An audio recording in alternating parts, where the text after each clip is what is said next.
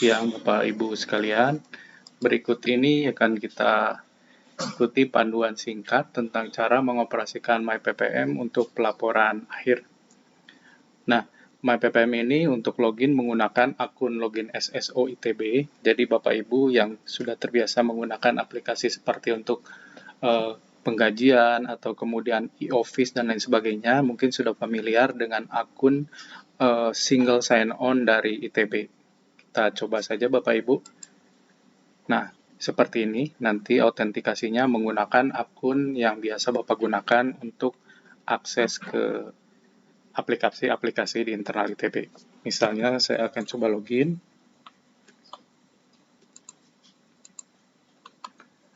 Nah, setelah login, Bapak Ibu akan kembali lagi ke halaman ini untuk memulai pelaporan akhir dari kegiatan PPM yang Bapak Ibu ampu, maka Bapak Ibu bisa klik menu di sebelah kiri atas, kemudian pilih menu laporan akhir.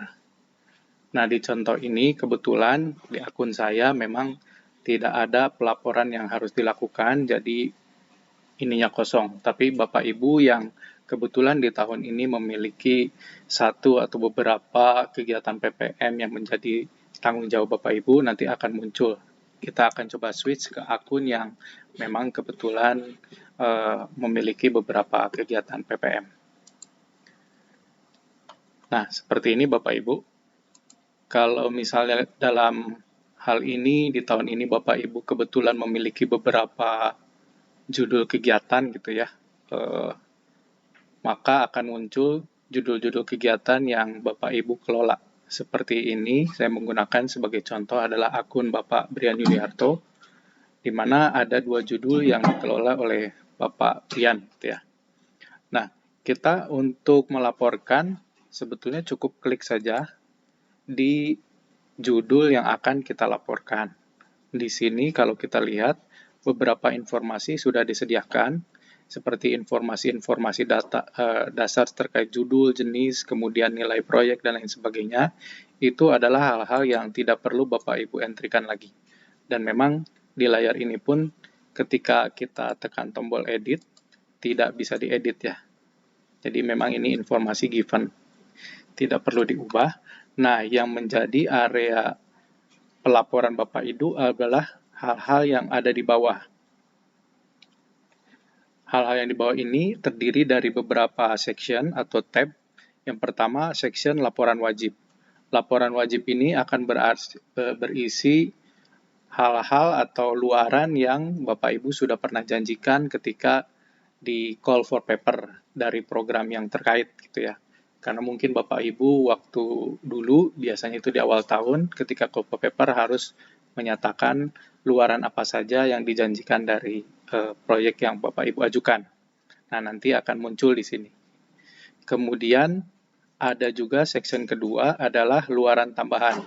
Nah, kalau luaran tambahan ini sebetulnya sama-sama terkait luaran, hanya saja ini Bapak Ibu bisa tambahkan luaran-luaran lain yang kebetulan sewaktu CFP belum dijanjikan gitu ya, belum dijanjikan, tapi alhamdulillah misalnya tercapai setelah kegiatan PPM Bapak Ibu selesai di berakhir gitu ya.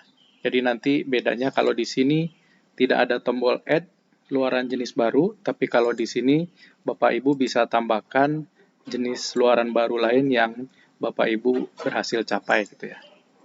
Nah, kemudian ada tab-tab lain yang berikutnya adalah tab lokasi.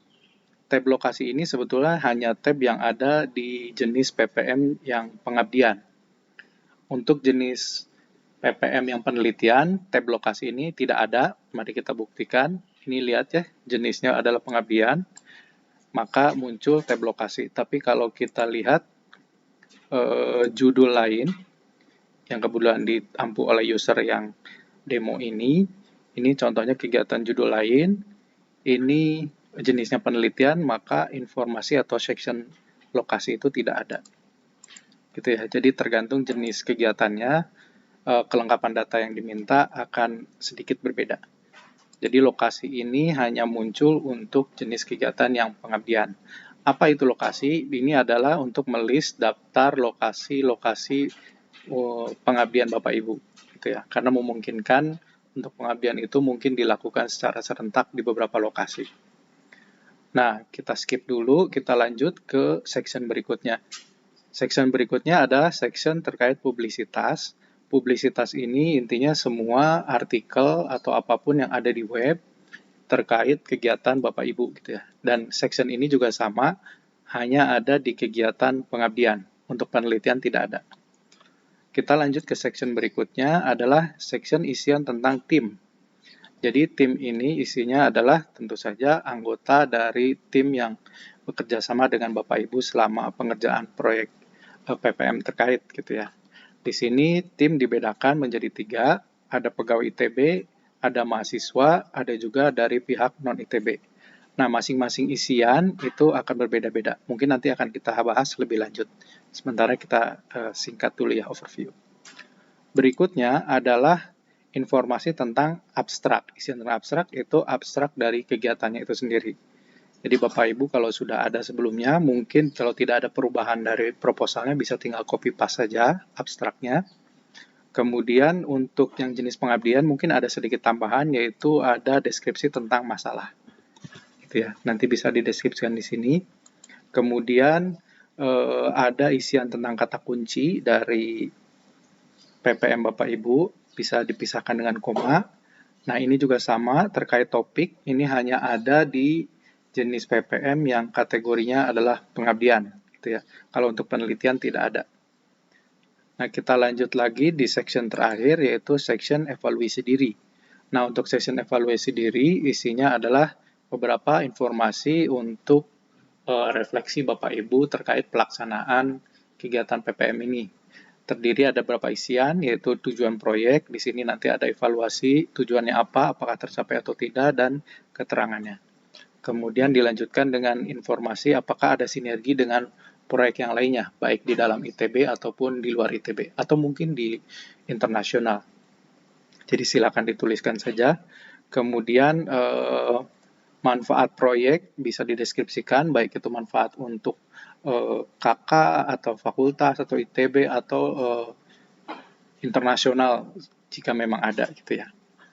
Kemudian permasalahan dan saran yang Bapak Ibu temui ketika pelaksanaan di lapangan, apakah itu terkait keuangan atau terkait perizinan dan sebagainya, mangga silakan bisa dituliskan di sini. Supaya nanti ini juga jadi bahan masukan untuk LPPM untuk pengelolaan kegiatan riset dan pengabdian di masa mendatang. Nah, berikutnya ini adalah diisi dengan rencana kelanjutan dari proyek ini gitu. Bapak Ibu punya, apakah sudah ada plan berikutnya, nanti akan di follow up dan lain sebagainya. Maka mungkin ini juga akan jadi masukan, siapa tahu nanti bisa untuk call for paper berikutnya gitu ya, kira-kira. Nah, jadi itu secara singkat Bapak Ibu overview tentang isian yang perlu diisi di dalam pelaporan-laporan akhir. Jadi sekali lagi, fokusnya adalah di area yang bawah ya, yang sini luaran wajib, luaran tambahan, lokasi, publisitas, tim, abstrak, dan evaluasi diri. Dengan nanti beberapa variasi mungkin hanya ada di pengabdian tapi tidak ada di penelitian gitu ya, kira-kira seperti itu. Nah, kemudian di bagian bawah untuk program penelitian dan pengabdian masyarakat yang diikutkan di dalam kegiatan pameran Prima 2021, nanti ini bisa diisi ya. Jadi yang wajib itu adalah poster saja. Untuk video jika ada maka bisa diupload di sini atau nanti bisa diketikkan linknya saja kalau memang terlalu besar gitu ya. Jadi saya ulangi, yang dilakukan dalam pelaporan prinsipnya adalah mengedit data laporan ini ya, dengan berbagai section yang ada, dan fokusnya hanya di section yang bagian bawah, karena section bagian atas itu informasi dasar dari suatu project. Bapak Ibu nanti akan fokus di section bagian bawah yang banyak tabnya, dan yang terakhir adalah mengupload sekaligus bahan untuk pameran Prima gitu ya. Terutama untuk Bapak Ibu yang memang diikutkan dalam pameran Prima atau memang diwajibkan untuk mengikuti kegiatan Prima 2021. Nah, bagaimana teknis pengisiannya? Kita ikuti di video berikutnya.